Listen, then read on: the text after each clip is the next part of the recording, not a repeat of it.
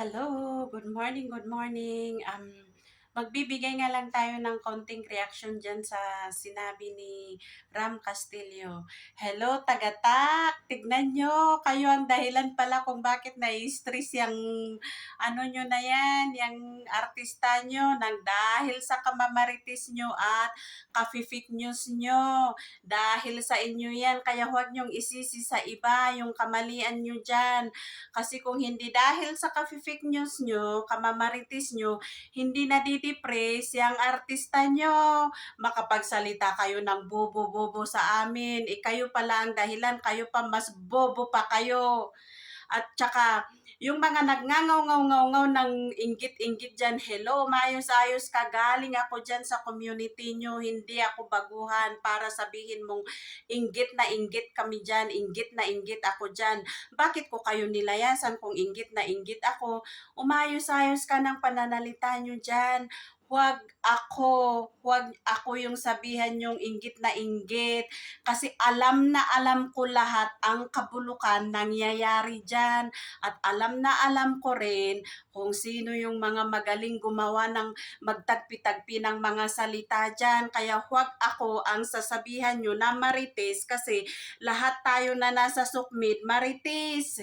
Kung makapagsalita kayo ng marites sa akin, akala nyo ako lang yung marites. Samantalang lahat tayo marites, pero mas lalo kayo kasi mismong artista nyo nagsabi marites kayo, kayo yung sumisira sa kanya. At iwas-iwasan nyo rin kasi yung pag-message sa kanya na pagsasalita ng hindi katotohanan. Yan kasi ang problema sa inyo eh. Makapag-judge kayo sa ibang tao na hindi nyo kilala, akala nyo kilalang kilala nyo. Makapanghusga kayo, akala nyo kilalang kilala nyo yung pagkatao niya. Alam nyo, ang totoong kaibigan, yun yung nakakakilala sa kaibigan niya. Gaya din dito yung mga nakakilala ko dito. Kayong mga taga-Tak Hong Kong na bumatikos sa akin at nagsumbat sa lahat ng tinulong nyo sa akin nung nagkasakit ako, hindi kayo totoong kaibigan at hindi nyo ako nakilala ng husto. Kasi kung nakilala nyo ako ng husto at kilalang kilala nyo na ang Salome, hindi nyo ako susumbatan, hindi nyo ako babatikusin, hindi nyo ako ibabash. Pero ano yung nakita nyo sa akin? Panglabas lang. Pero dito sa kalooban ko, hindi nyo nakita. Kaya ngayon, marites pa more.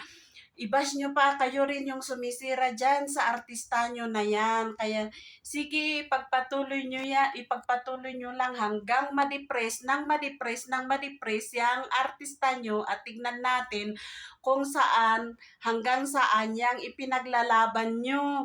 Ako pa talaga, mismong right hand ng founder nyo, alam na alam ko lahat yung galawan niya, lalong-lalo na sa pera. Ay nako, kaya yung mga nagsasabi dyan na inggit ako, itatak mo sa utak mo. Never akong mainggit dyan. Ito nga, masaya na ako sa buhay ko ngayon eh. Kasi tumulong ako sa gusto kong tulungan at hindi ako napipressure at nakakatulog ako ng maayos. At ito, gumagaling na ako. Magaling na ako kasi wala na akong iniisip, wala na akong inaalala, makipag-usap ako sa gusto kong kausapin, hindi na ako nadidisturbo sa madaling araw, sa kalagitnaan ng tulog ko, maayos na ako. Kaya, huwag niyong uulit-ulitin na ako'y inggit na inggit dyan. At yung isang sampid dyan, hindi na kita papansinin. Bahala ka na kung ano yung mga pinagsasabi mo sa akin.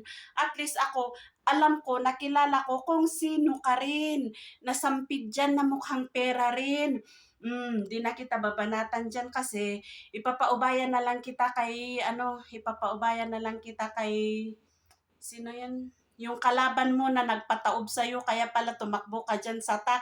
At ngayon, lahat ng pambabalahura mo sa akin, sa aming mga umalis dyan, masayang-masaya yung mga viewers mo kasi sila rin yung pinagsasabihan mo diyan sa pangbabalahura mo. Kaya sige, tuloy-tuloy mo pa yan, Nanoy, tuloy-tuloy mo kasi habang binababoy mo yung pagkababae ko, habang binabalahura mo ako, mga viewers mo rin na tuwang-tuwa sa'yo ang binababoy mo at binabalahura mo.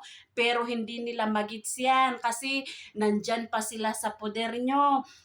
Pag wala na sila diyan, doon na nila mare-realize na, ay ganito pala. Lalong-lalo na pag makinig sila sa both sides, sa side ng iba, sa side ng founder nyo. Pag marinig nila yan, mare-realize nila na, ganun pala yun. Kasi pag habang nandyan ka pa sa loob na yan, bulag ka talaga. Ayaw mong makinig sa iba. Ayaw mong makinig sa explanation ng iba. Pero, pag once na umalis ka dyan, doon mo na maririnig at doon mo marirealize na totoo yung mga sinasabi ni Ate ni Hides. Kasi si Ate ni Hides ang galing mag-explain eh. Kaya yun, kaya kayong mga nandyan, sige pa, magbulag-bulagan pa kayo dyan at papalakpakan nyo yung sampid nyong defender dyan na akala nyo siya ang nagsasabi ng katotohanan. Pero sa bandang huli, tingnan na lang natin. Kami naman at lalong-lalo ako ang papalakpak sa inyo. So goodbye, good luck mga bobo at tanga, inutil.